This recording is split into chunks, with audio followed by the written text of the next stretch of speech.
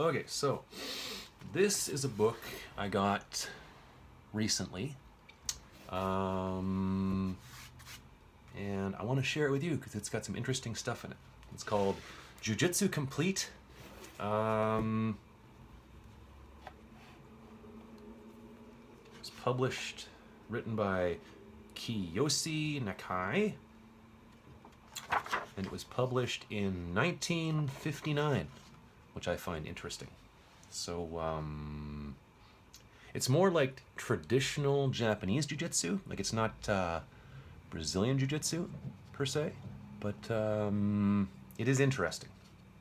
There's a few parts in it I find particularly interesting. You know, like this bit here. There has never been a book like this one, and perhaps there has never been a time when this book was so badly needed, for in this changing world, the streets of our cities often seem like paths in a dense jungle fraught with peril. Like, all right, kind of dramatic, but whatever. A working knowledge of jujitsu offers the average man or woman the ability to cope with and triumph over a physical attacker and do so with ease. This, whether the opponent is larger, more powerful, or armed with knife or gun. Well, that's bold, you know? Yeah. Yep. It's interesting here too how he compares jujitsu with judo, you know? Judo is a sport and a worthy one. Its popularity is very much on the increase, and many believe the time will soon come when judo is an Olympic sport. Sort of tells you when this was written, huh? A little while ago, because judo's been in the Olympics a long time. There is a surface similarity about some of the movements in judo and jiu-jitsu, but there the likeness ends. Judo, of course, derived much from jiu-jitsu. However, jiu-jitsu is an art of self-defense, which was developed with skill and precision as the exclusive property of Japanese nobility. Judo is played for points. Jiu-jitsu is played for keeps. With jiu-jitsu, you may, as you desire, punish, damage, or even kill your opponent. With jiu-jitsu, David may defeat Goliath. Thus, the beauty of the art is that it relies for success not upon brute strength, but upon finesse and the ability to win by seeming to yield. Call me crazy, but I think that is also true of judo, you know? And the difference between the jiu-jitsu that's in this book and judo, even judo at the time, was that in judo, there's sparring, you know, and there's certain techniques are illegal because you can't do them in sparring because they're just basically too dangerous to practice with your friend. And in jiu-jitsu, they thought, you know what? Full sparring isn't as important as practicing really dangerous stuff, you know? Anyway, you'll see what I mean in a minute here. But there was a battle years ago in the Tokyo Police Academy between, 10 of the top judo guys at the time and 10 of the top, jiu-jitsu guys at the time. And they were like Japanese jiu-jitsu guys, And I believe the judo guys won every single one because, hey, when you're sparring, the guy who has more experience sparring is going to win. You know what I mean? Whatever. Don't get me started. Whatever. Anyway, it's a cool book, cool illustrations, and you'll see. I mean, as I said, it's not, I don't know when cameras were invented, but this one is exclusively drawings, and they're actually quite good drawings. Like, what's this one? Here's an exercise, how to bend your back and stretch and, how to break fall. Here's a nice back fall, and here's a forward fall. You don't see this one in books very much, the forward fall, you know what I mean? Mark Coleman should have learned this one when he was fighting Shogun back in the day. Would have saved him his arm, Here's a side fall, a couple variations of the side fall. I tried to do a forward roll, Interesting. And here's the good parts. Men in business suits attacking one another, So this guy in his business suit, the job interview's gone horribly wrong, and he's strangling this guy, And this guy defends by spearing his hands up through the middle, What's he do here? A hip toss? Nope. Is there? I guess he just gets his way free, you know? Here he smashes him in the nose, you know? That's good. Here he does the old bend over and scoop his leg thing, you know? I think I saw a video of Elio Gracie doing this a long time ago, you know? Yep. And this is what I think is funny. Check this out. So this guy's just standing there, and the lady grabs him. See, look, she is grabbing his wrist, and then she sticks a pencil between his fingers and squeezes. And he's like, "By God, madam, what are you doing?" You know? Like, he's not even grabbing her. She walks up to him, grabs his wrist, sticks a pencil between his fingers, and then squeezes. And look, she's dressed like she's going to church. Actually, so is he. And look at the guy, the guy that drew it is even, he does a good job of putting like a, you know, the expression of the guy's face is like, ah, you know? That's just funny, because here he's like, "Oh, nice to meet you. I see you have a pencil there. Oh my God," you know? Whatever. This is funny. Girl had trick to overcome thug. Here, I'll read this to you. Mary Bishel, attractive 20-year-old telephone operator, it's nice to put attractive in there, told the police that she was walking down the street when a man clutched her from behind. Quickly, she leaned forward, grabbed his ankle, reared back, and planked him flat on the pavement. Then she stomped on his face and fled.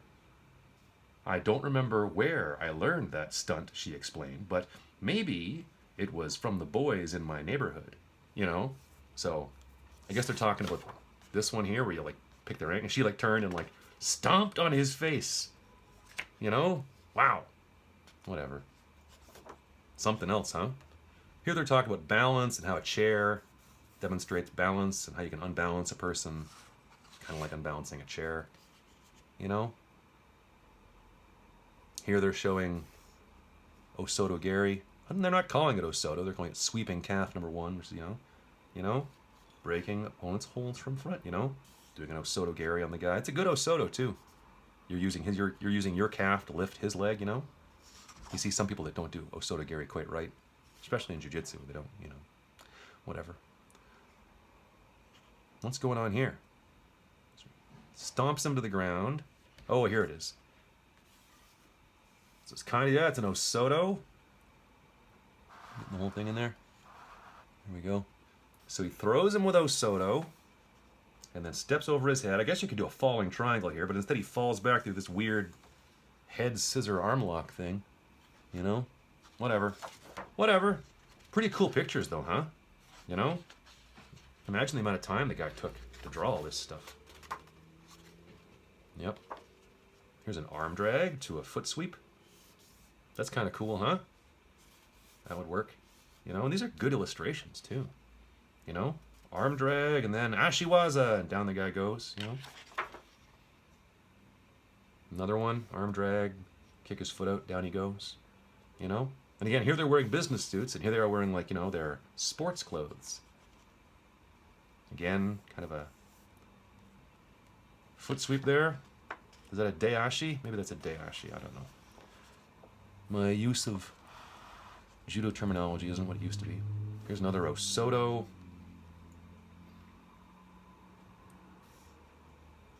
Here's the lady doing the pencil trick again. Oh yeah, pencil holding trick to spooning ankle, number 1, you know? Sweeping calf to spooning ankle, you know? Yep. Yep, yep, yep. Session 2.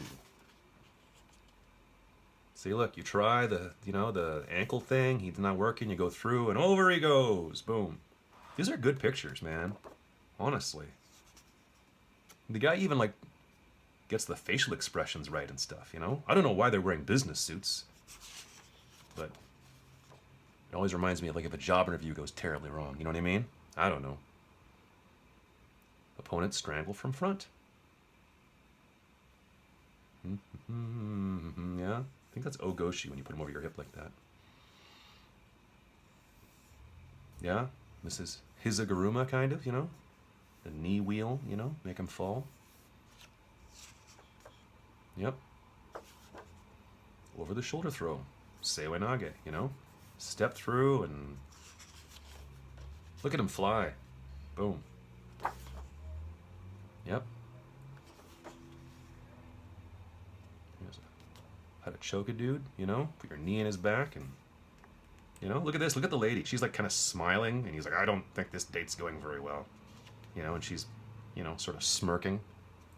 You know what I mean? I told you the boy pays for dinner on the first date. And he's like, we were going to go half and half. You agreed. Whatever. Whatever. Regarding use of strangleholds.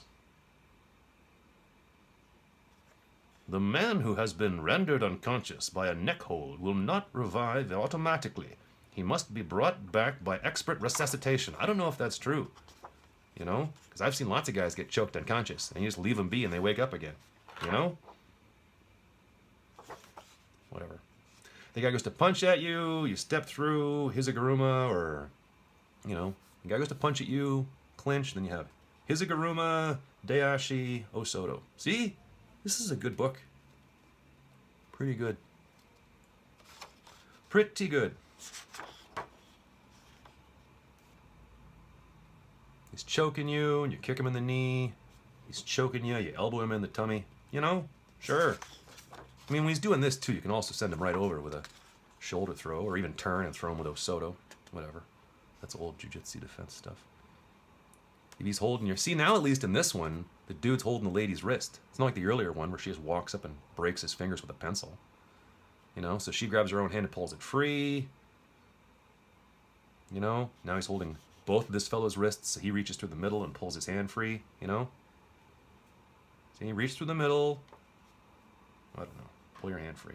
You could just headbutt him too, but, you know? It's the gentle art. Come on.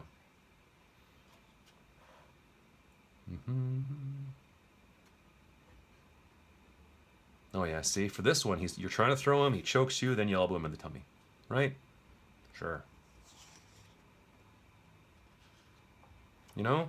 The interesting thing about this book is it starts combining the tech. It shows you a technique, and then it shows you how they meet together, you know what I mean? It's already showed you the knee wheel, it's shown you the shoulder throw, it's showed you the knee thing. Now it's showing you how it all fits together, you know? You try one, you try two. If this doesn't work, you can do this one, you know? Kind of cool. Sweeping side hip throw, you know? Again, they're both wearing business suits, you know? Nice to meet you, Leonard.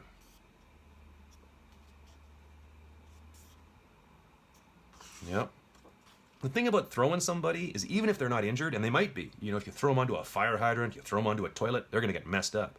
But even if you throw them, it will change their opinion about whether they want to mess with you, you know? The guy's hugging you.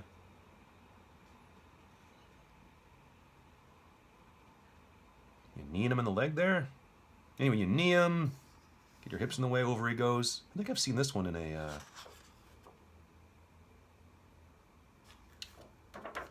I learned that in my first few classes of jiu-jitsu back in the day, you know?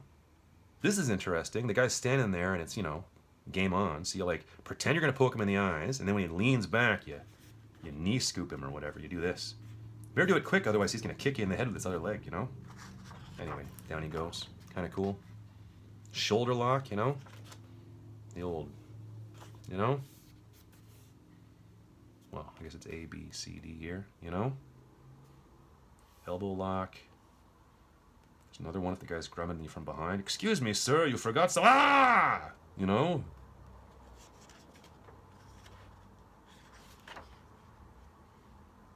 And again, she's wearing her Sunday best and high heels. If you're wearing shoes like that, maybe just stomp on his foot. Those high heels are wicked, you know? Whatever. She's doing like a wrist lock on him.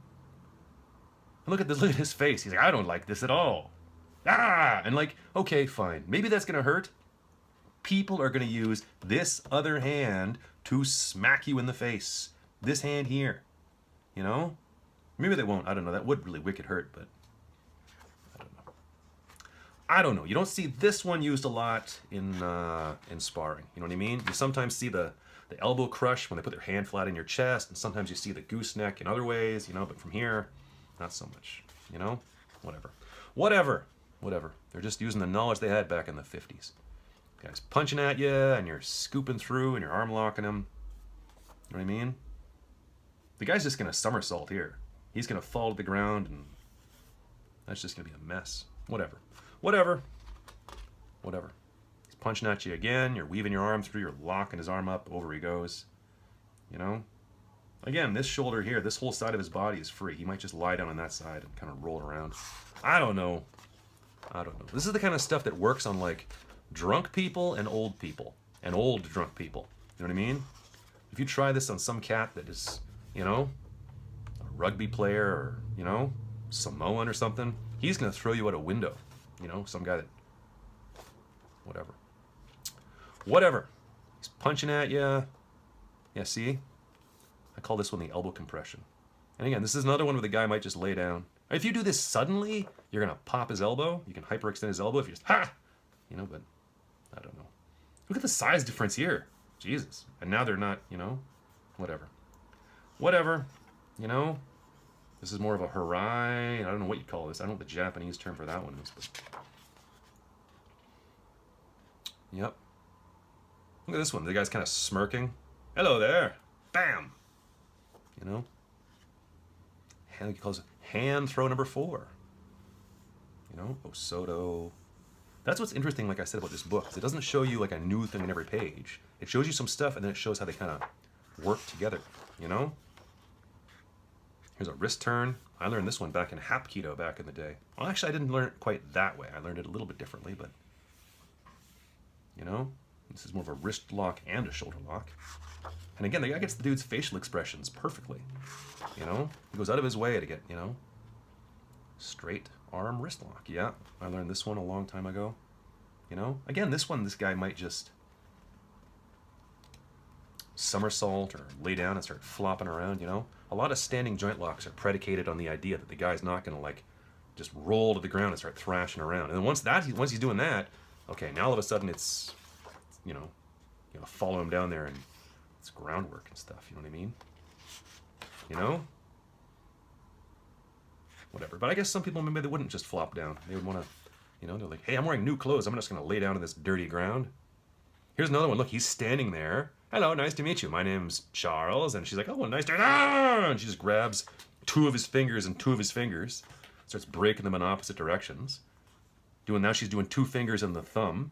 It's like, hello there, I'm Chester. Oh, God. And she grabs 2 of his fingers and his thumb. You know?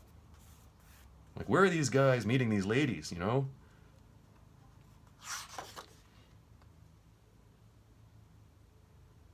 Bizarre.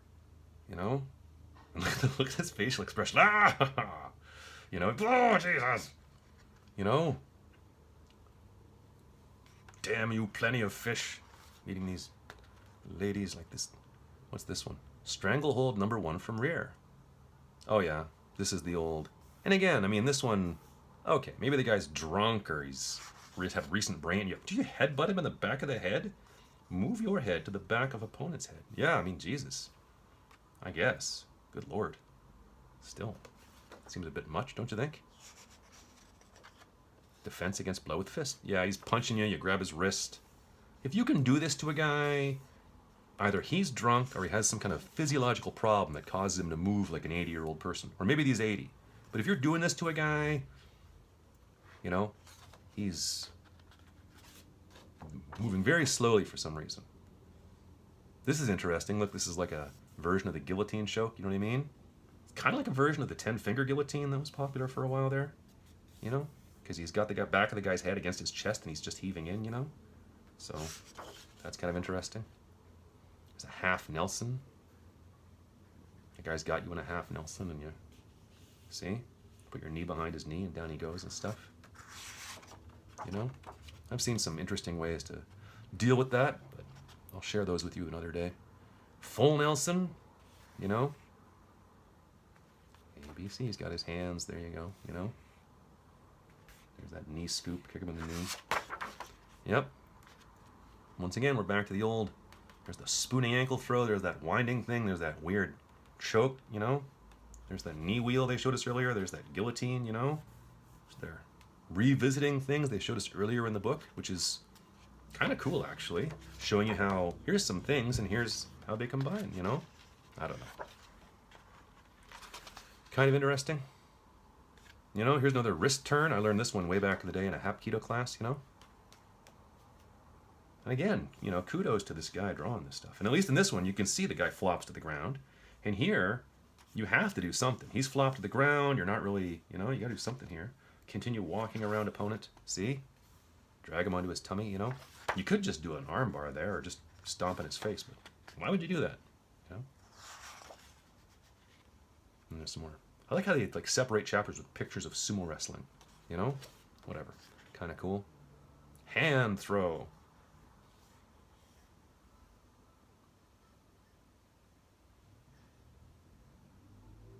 I don't know what you're doing here. Are you crushing his fingers? With your right hand, grasp top of one's fist very tightly. Press the heel of your right hand against his knuckles. Apply pressure. I guess you're just doing like a wrist compression? Something?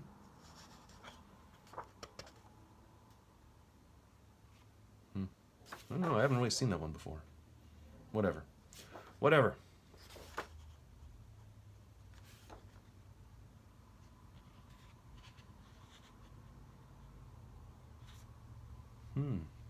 Hold his wrist and then spin your way through. Yeah, there you go. H-I-J-K-L. Yeah, there you go. This is another one where, if you're going to pull this off on somebody, they better be drunk or 100 years old. Otherwise, I don't know if it's going to work. Or a drunk. I don't know if you meet a lot of drunk 100-year-old people, but if you do and they're pissing you off, this one could be working, for you. Anybody else under the age of 100 or not 10 beers deep? Maybe no. Oh, this one, he's got a knife. Block it with a cross fist thing. There you go. How about if a guy has a knife, you just back up? Unless there's a cliff directly behind you, just get away from that guy. You try this, you're gonna get stabbed. You do a wrist lock on him. I don't know. I've not been in many knife fights in my life, and by not many I mean zero. But I trained a long time ago in this crazy club where we simulated all kinds of stuff, and they would just give the other guy like a felt marker and stuff. And I'm telling you, if you do this against a guy with a felt marker, you're gonna walk out of there covered in felt marker. Or if the guy's got a knife, you're gonna be dead. You want to back up, stay away from the guy, and then throw a wine bottle at his face. You know what I mean? And then get the hell out the door and, get on your bicycle and ride away. You try this stuff, you're gonna die. You know what I mean?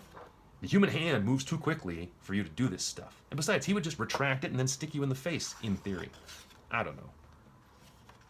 There's two kinds of people when it comes to knife fights. Those with no experience and dead people. Those who have experience and are probably dead. Whatever.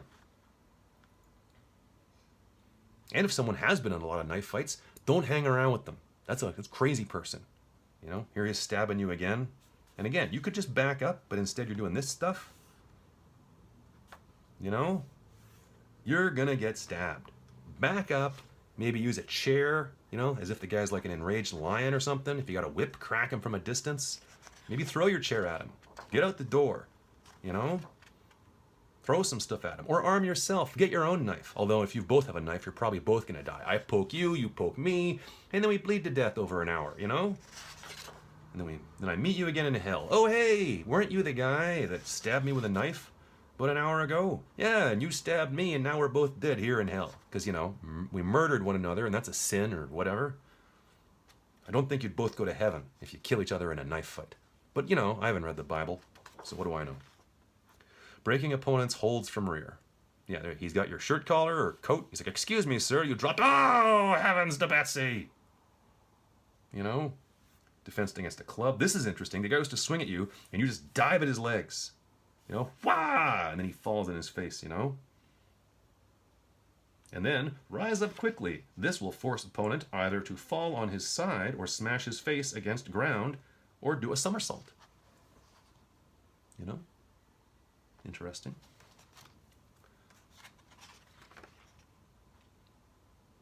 When opponent resists sweeping calf number 2, you're doing your Osoto, and then you do your Hizaguruma and stuff, your wrist locks here and stuff, all pieces together, Wrist locks, kind of cool. See? Fold him over and then do a wake gatame, or fold him over and, showing you how it all pieces together. See there? Kind of neat, huh?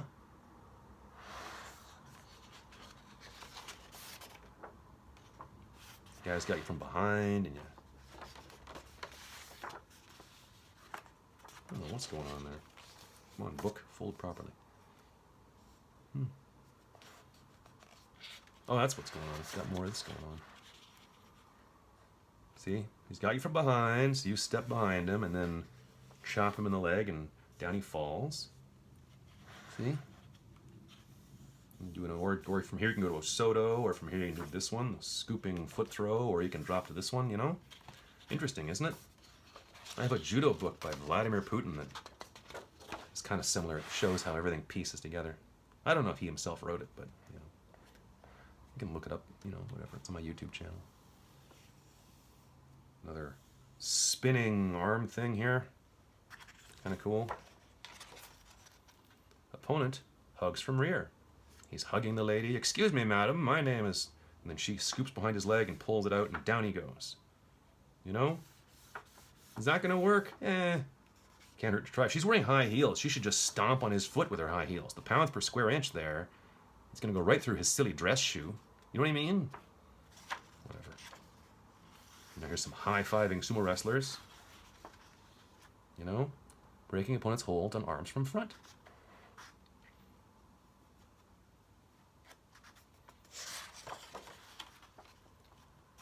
Fascinating. Putting the head behind the...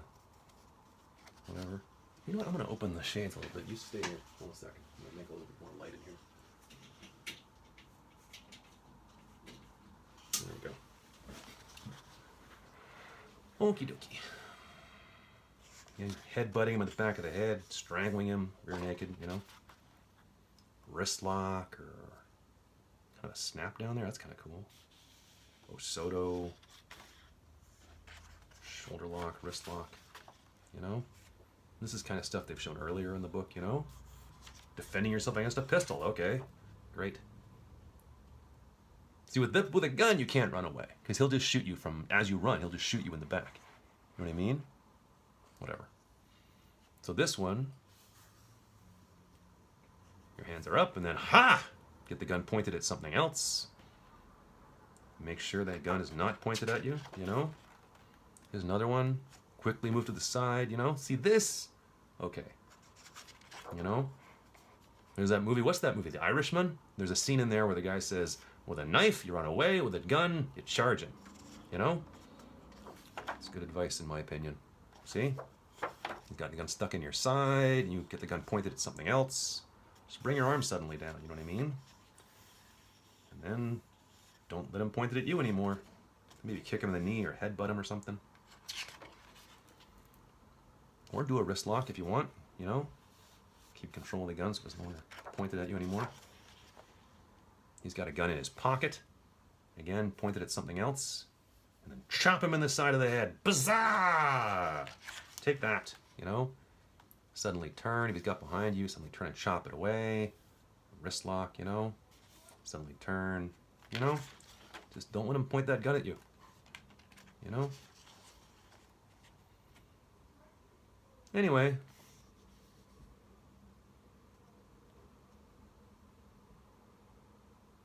Showing how things piece together, you know? Gets out of the arm lock, put him in that. And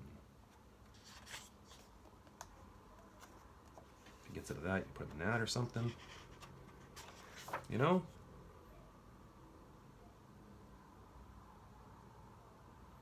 How these things all piece together. Doing the Osoto, wrist locks, and hip throws. And this is stuff he showed earlier in the book, you know?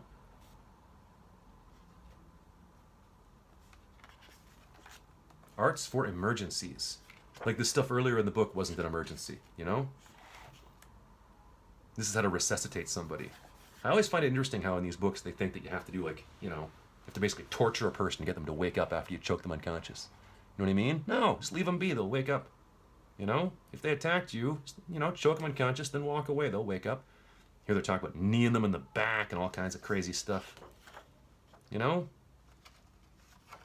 I remember I had a judo guy once tell me years ago that if you choke a guy unconscious, you should take like a bobby pin or like a diaper pin and then like pin his tongue to his cheek. Like push it through his tongue and pin his tongue to his cheek, because if you don't, he'll swallow it and choke to death in his own tongue.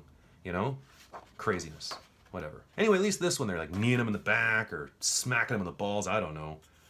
massaging his kidneys. Excuse me, sir. You know? You don't have to do that. Just leave him be. Or call 911. There you go. Anyway. There you go. Jiu Jitsu Complete by Kiyose Nakae.